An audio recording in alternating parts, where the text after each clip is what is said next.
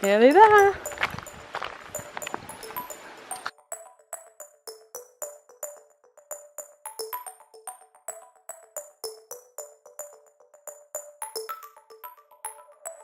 So in about 2 weeks I'm going to be swapping the boats for this platform, which I'm actually pretty looking forward to. Have you seen the view? It's spectacular.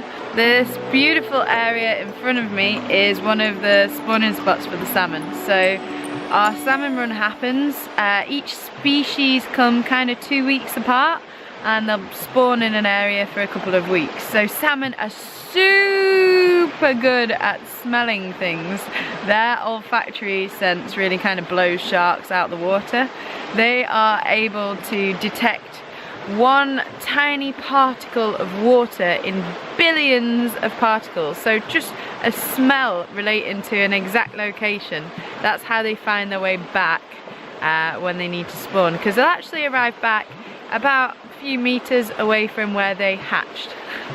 We're mostly going to be watching the shallow spots here because they're the best places for salmon to spawn. They have a lot of water moving across it, but also a lot of air. So any eggs laid there are going to have a lot of oxygen. And it's also the easiest place for bears to dig up and to actually grab salmon in the shallows. Once it gets over a foot in depth, the bear really don't stand much of a chance of catching the fish. So they need it to be super shallow. So for the big old grizzly bears and the black bears, the salmon run couldn't come soon enough really. They're all starting to look a bit slimmer and a bit trimmer right now. They have been relying up to this point on berries, on sedge, on roots, but most of the berries now have already died off.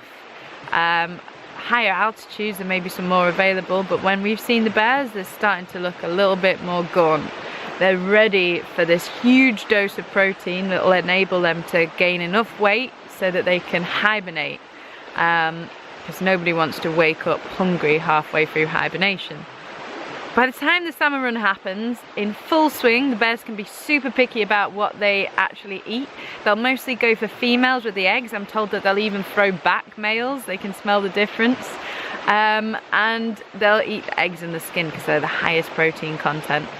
Some bears are going to be better at this than others, no doubt.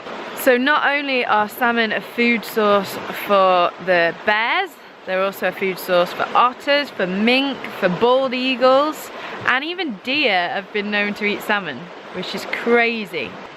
Yeah, it's really, really important to this ecosystem.